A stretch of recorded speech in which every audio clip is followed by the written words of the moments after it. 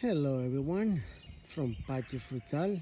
This is Sergio coming at you today in a not very in a somber day. What we see here, what it looks is a dead fig tree. Then I look at the other side and still see the same. Yes,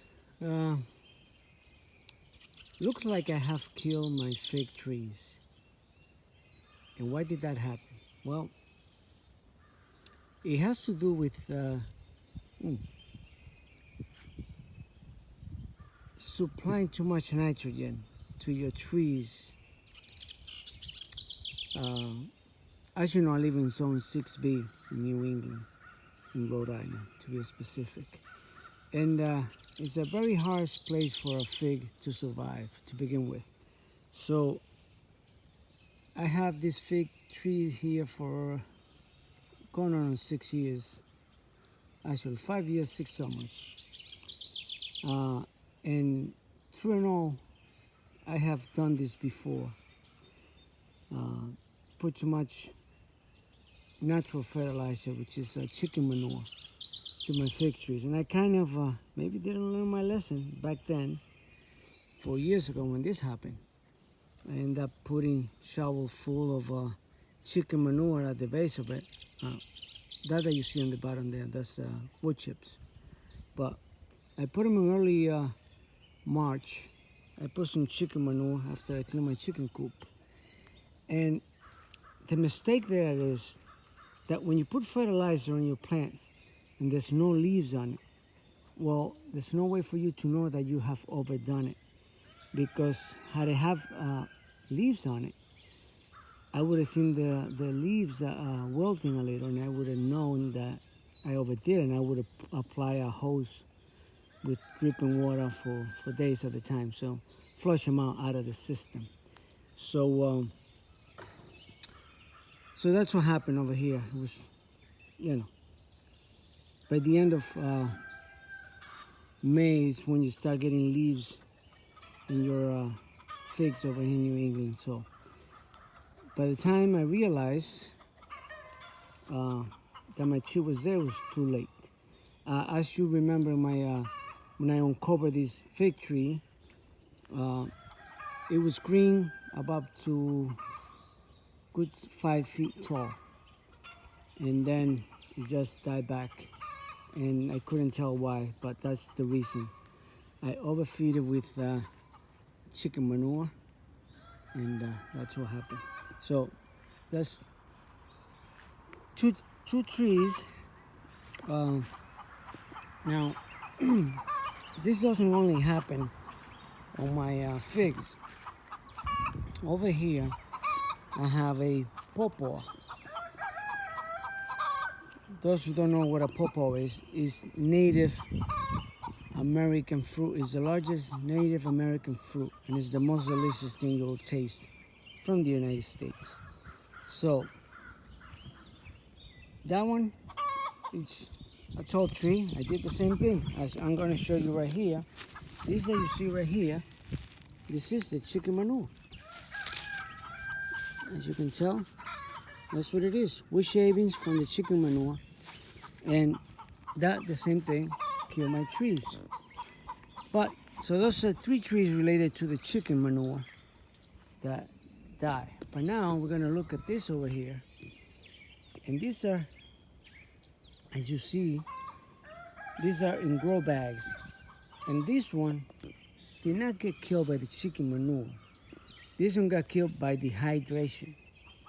And how did it get dehydrated? Well, these bags, these figs here, they were stored inside the shed. The shed is that building there. So it was stored in there, and during the winter months, well, I kind of neglected them watering in because I figure it has a lot of dirt in it. So it don't need water, but even though it doesn't have any leaf, you gotta have moisture, otherwise the plant will die. And by the time spring came along, late spring, I planted it, and it looked dehydrated to me, to the point that it looked dead before I put it in the ground. But I put it in the hope that the moisture that I applied to it will resuscitate the plant. It didn't happen. So we got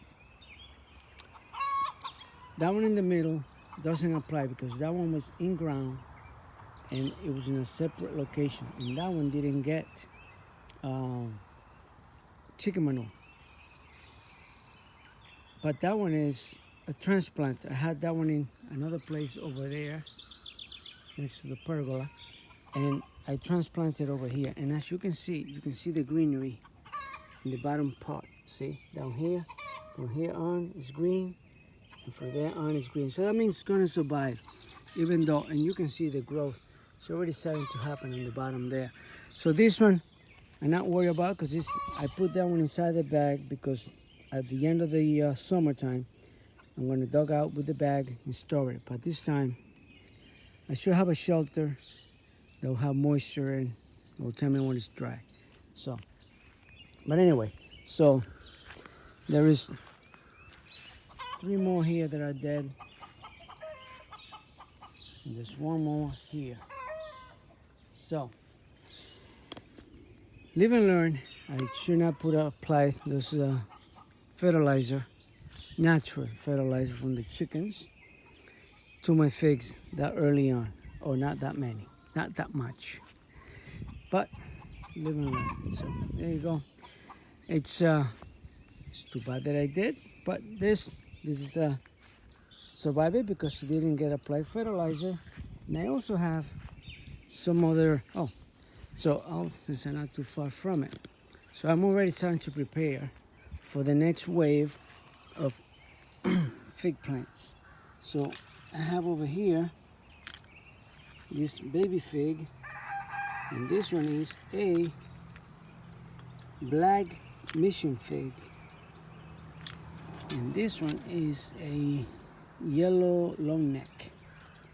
I know the tiny little plants that you see in one of my rebuilds when I show you the black mission fig, but that's what those are. Those are the 2.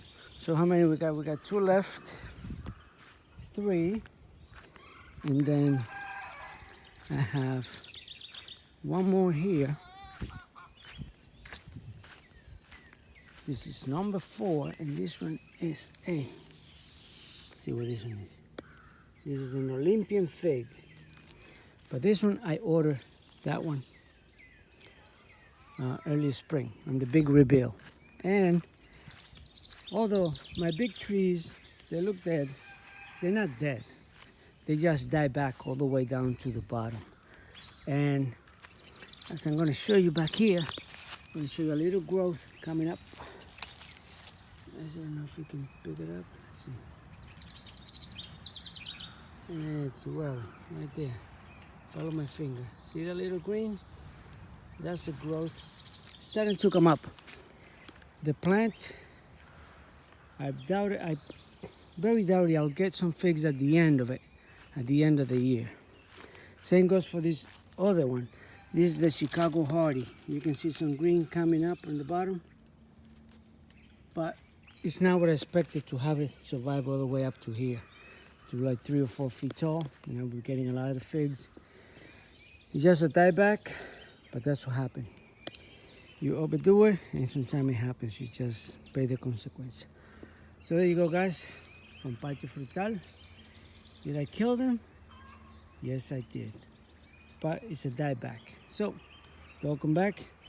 Those other ones that were stored in the shed, those are definitely gone. So, I'm going to have to get some more figs. So, from Patio Frutal, like, share, and subscribe. And I hope you learned something. And have a good evening.